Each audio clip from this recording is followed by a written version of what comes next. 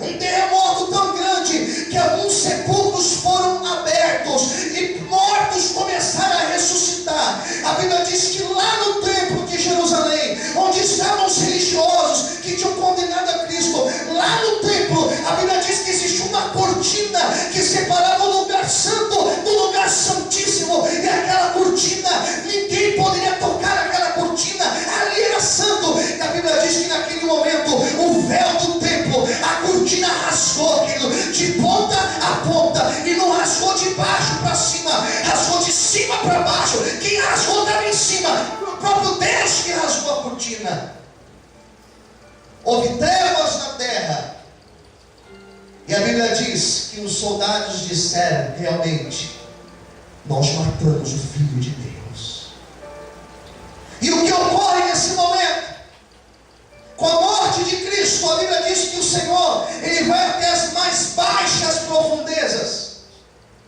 Aquilo que nós hoje chamamos de inferno, ou Hades, ou Seol no original. Jesus vai até as mais profundezas. Onde está Satanás? Onde está ali, onde está aquele que é contra o Senhor? Aquele que estava lá no jardim do Éden, é como a serpente, ele está lá. E o Senhor desceu até as profundezas.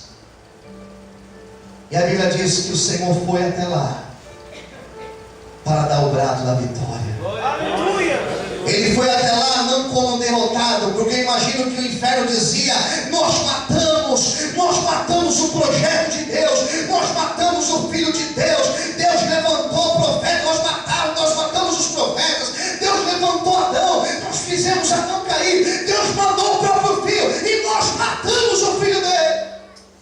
Só que a conversa foi outra, porque Jesus, Ele não desce como a ovelha muda. Jesus, quando desce até as profundezas, Ele desce como um leão da tribo de Judá, irmão. A conversa muda, Ele desce até as mais profundezas. Eu imagino o inferno em festa, o inferno celebrando a morte de Cristo. Nós matamos o Filho de Deus. E daqui a pouco Jesus começa a entrar, querido. Eu imagino que cada passo que Ele dava, o inferno tremia. Cada passo que Ele dava, o inferno balançava. E Jesus chega para o diabo e fala: Satanás, você pensou que me derrotou, mas eu venci. Onde está a morte, a tua vitória? Onde está a morte, o seu aguilhão? Satanás, o meu pai te prometeu que nasceria um da semente da mulher, queria acabar com você, queria esmagar a tua cabeça. Eu venci, pode se curvar, o diabo se curva, e Jesus, Ele pisa na cabeça dele, e te amarra a sua vitória. Todos podem aplaudir e exaltar o nome de Deus. As voltas palmas, aleluia. Ele pega a chave do inferno, Ele pega a chave da morte. A chave da morte não está na mão do diabo.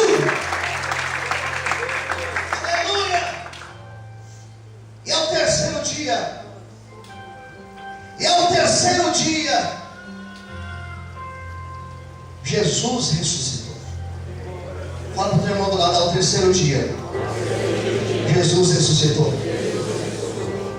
Era um domingo de manhã, querido. Eles foram até o sepulcro. Um sepulcro que não era da família de Jesus, era um sepulcro emprestado. O nome do dono daquele sepulcro era José de Arimateia. Era um homem rico. O sepulcro ficava no sopé do Monte Caveira, no Gólgota, onde Jesus tinha sido crucificado dias antes. Esse homem pede para que usasse o sepulcro dele, da família dele, para sepultar Jesus. Pegaram Jesus, colocaram naquela gruta, cobriram o corpo dele com um sol branco, fecharam aquela gruta. E no domingo de manhã, a Bíblia fala que as mulheres foram até o sepulcro. Vamos ler o texto.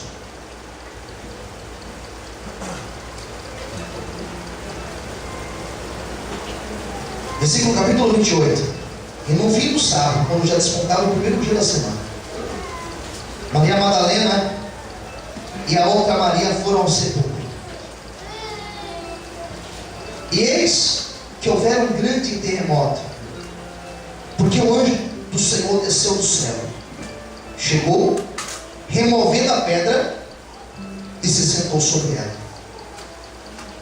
E seu aspecto era como um relâmpago, a sua veste branca como a neve.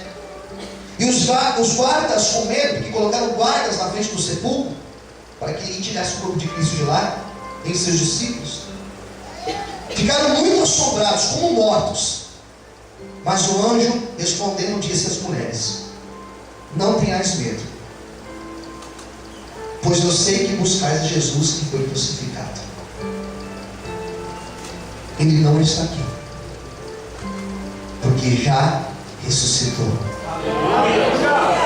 como tinha dito. Vinde e veja o lugar onde o Senhor jazia. E depois, imediatamente, dizer aos seus discípulos que já ressuscitou dos mortos. E eis que ele vai adiante de vós para a Galiléia, e ali o vereis. Eis que eu vos tenho dito. Então a Bíblia fala que quando as mulheres chegaram lá, esse é o sétimo momento. Quando elas chegaram lá, levando as especiarias para fazer todo o ritual, a pedra do sepulcro não estava mais no lugar, ela estava removida. Os soldados que estavam ali guardando, os soldados estavam como mortos, assustados. E o anjo disse para elas: por que vocês estão procurando Jesus entre os mortos? Ele não está mais aqui. Jesus ressuscitou. Aleluia, glória a Deus. Jesus ressuscitou. Glória a Deus. A morte da cruz não foi a morte de alguém que foi derrotado. A morte da cruz foi a morte daquele que morreu por amor das nossas vidas, para que hoje você não morresse sem a salvação, para que a porta da graça fosse aberta. A Bíblia diz que sem derramamento de sangue não existe remissão de pecado. Então o cordeiro tinha que morrer para que os pecados fossem perdoados. Jesus falou: agora eu sou o cordeiro, eu morro no lugar do povo, eu morro no lugar daquele que está perdido. Jesus morreu na cruz, querido, para salvar você, para salvar sua família, para salvar aquele que está no crime, aquele que está na Cracolândia, para salvar aquele árabe que não acredita em Deus, aquele terrorista que não acredita em Deus, mas acredita em Maomé. Jesus morreu por esse. Jesus morreu por aquele que acredita em Buda. Jesus morreu por aquele que adora pedaço de madeira. Jesus morreu, querido, por amor da minha e da tua vida. E glória a Deus por isso, porque a morte foi vencida, o inferno foi vencido, e hoje nós somos mais do que vencedores, porque Jesus morreu e Ele nos garante a vitória. Quantos podem aplaudir o Senhor e dizer eu creio, e dizer glória a Deus, e dizer aleluia, aleluia. O que aconteceu depois do sétimo momento? O que aconteceu depois não é o que aconteceu, é o que está acontecendo até agora. Porque Jesus foi lá e falou: olha, eu vou para o Pai, mas eu vou enviar o meu Espírito Santo agora. Agora vocês ficarão com a terceira pessoa da Trindade. O Espírito Santo ele vai ficar agora com vocês, e vocês não estarão sozinhos. Quando você se sentir sozinho, pode clamar, porque o meu Espírito Consolador vai consolar vocês. Agora vocês não vão fazer minha obra comigo, agora vocês farão a minha obra com o Espírito Santo. Agora eu vou encher vocês com o Espírito Santo. Atos capítulo 2. O Espírito Santo veio sobre a terra, e o Espírito Santo está até hoje aqui na terra, enchendo pessoas com a graça dele. E hoje o Senhor quer te encher com o Espírito Santo dele. Quantos querem ser cheios de Deus? Então levante as suas duas mãos para o céu. Fique em pé, querido. Levante as suas duas mãos para o céu e comece a aplaudir o Senhor, e comece a dar um brado de júbilo. Aleluia! Comece a exaltar e glorificar o Senhor esta noite. Aleluia! Vamos lá. Quantos querem ser cheios do Espírito Santo? Diga amém. Sabe o que a Bíblia diz? Quando eles foram cheios com o Espírito Santo, Eles estavam em um culto como esse, irmãos.